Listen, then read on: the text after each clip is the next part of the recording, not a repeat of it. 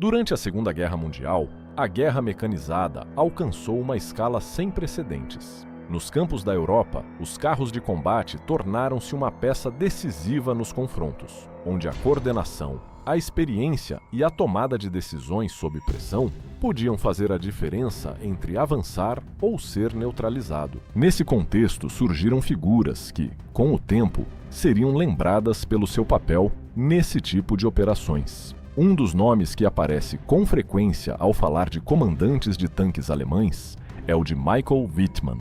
Para alguns, foi um dos tripulantes de Panzer mais eficazes do conflito. Para outros, um produto da propaganda de guerra e de um sistema que precisava de símbolos em um momento crítico. E esta é a história de Michael Wittmann.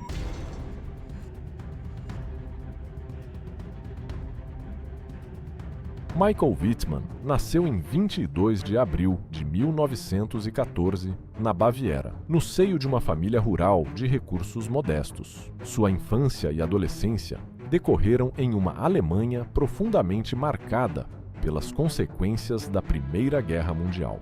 A derrota, as duras condições impostas pelo Tratado de Versalhes e uma economia instável definiram o ambiente em que cresceu toda uma geração de jovens alemães, acostumados à escassez, ao desemprego e a uma sensação generalizada de humilhação nacional. Durante os anos da República de Weimar, o país viveu uma sucessão de crises políticas e sociais que enfraqueceram a confiança nas instituições democráticas.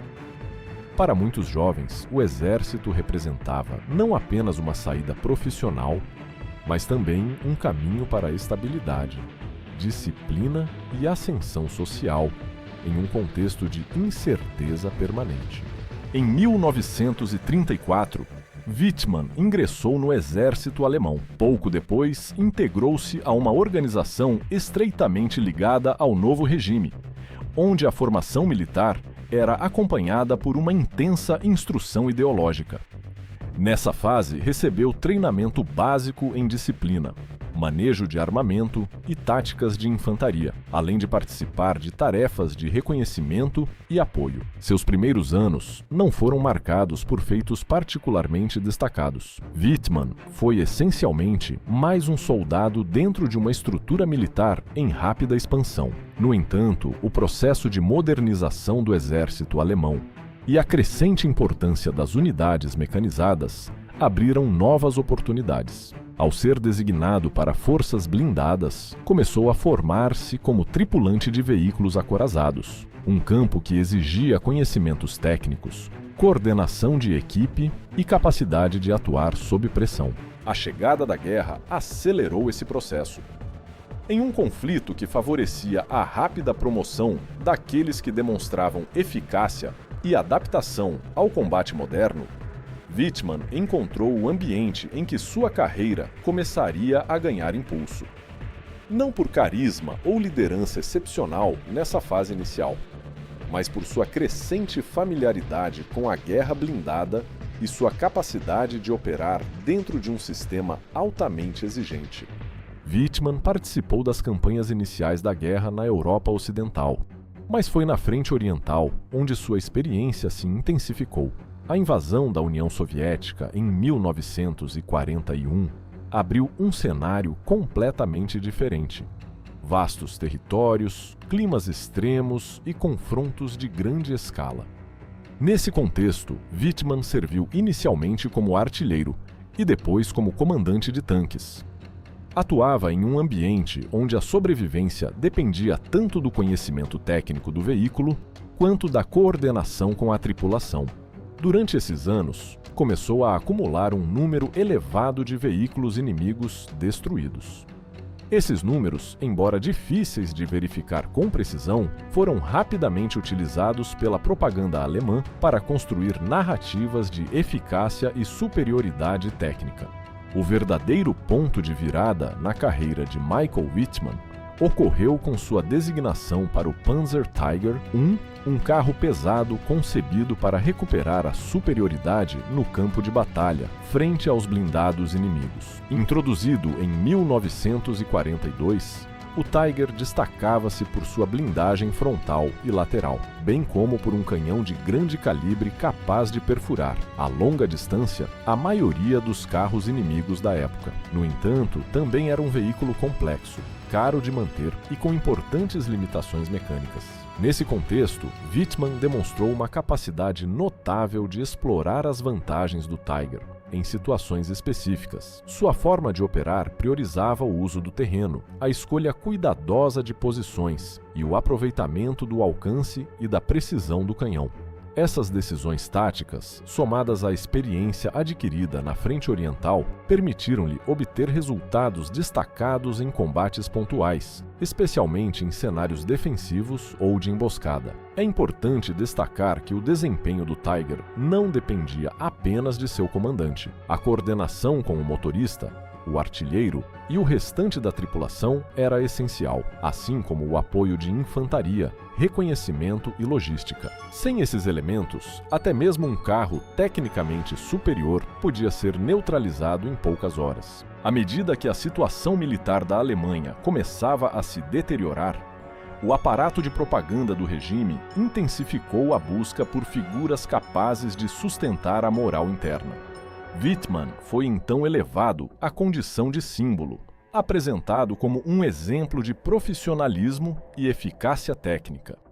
Sua imagem apareceu em comunicados oficiais, artigos de imprensa e materiais destinados tanto à linha de frente quanto à retaguarda.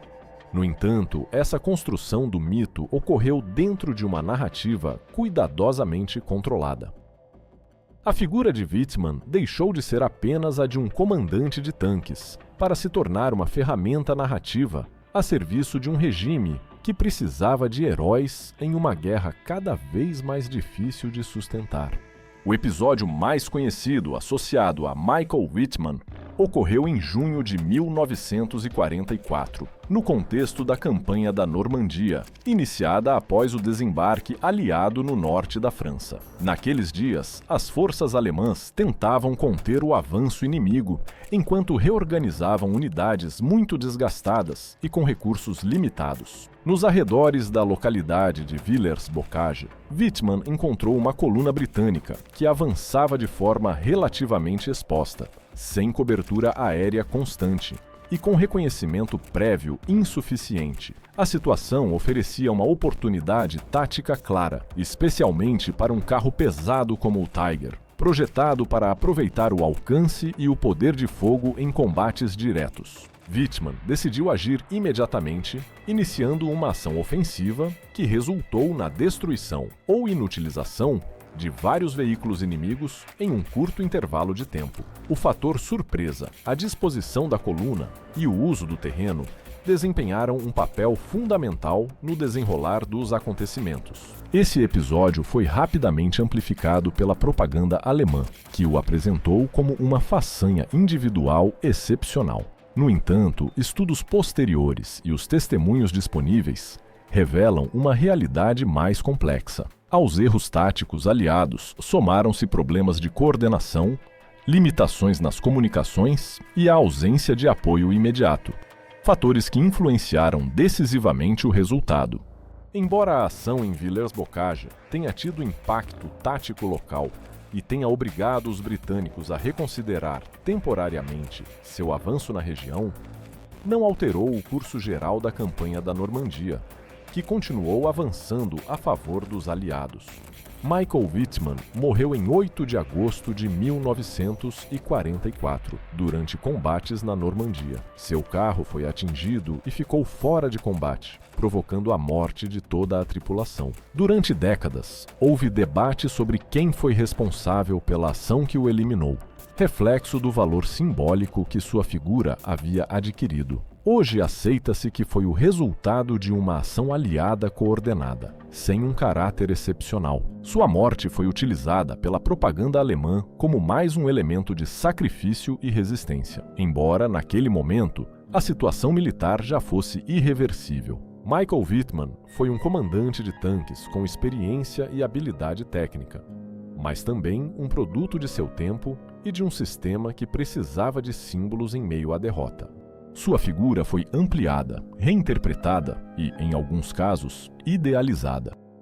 Analisar sua trajetória com distanciamento histórico permite compreender não apenas o indivíduo, mas também como os mitos se são construídos em tempos de guerra. Mais do que um nome, sua história reflete uma realidade mais ampla, a de um conflito industrializado, onde tecnologia, propaganda e ideologia se entrelaçaram de forma inseparável. Se você gostou do vídeo, deixe o seu gosto e inscreva-se no canal. Nos vemos no próximo vídeo.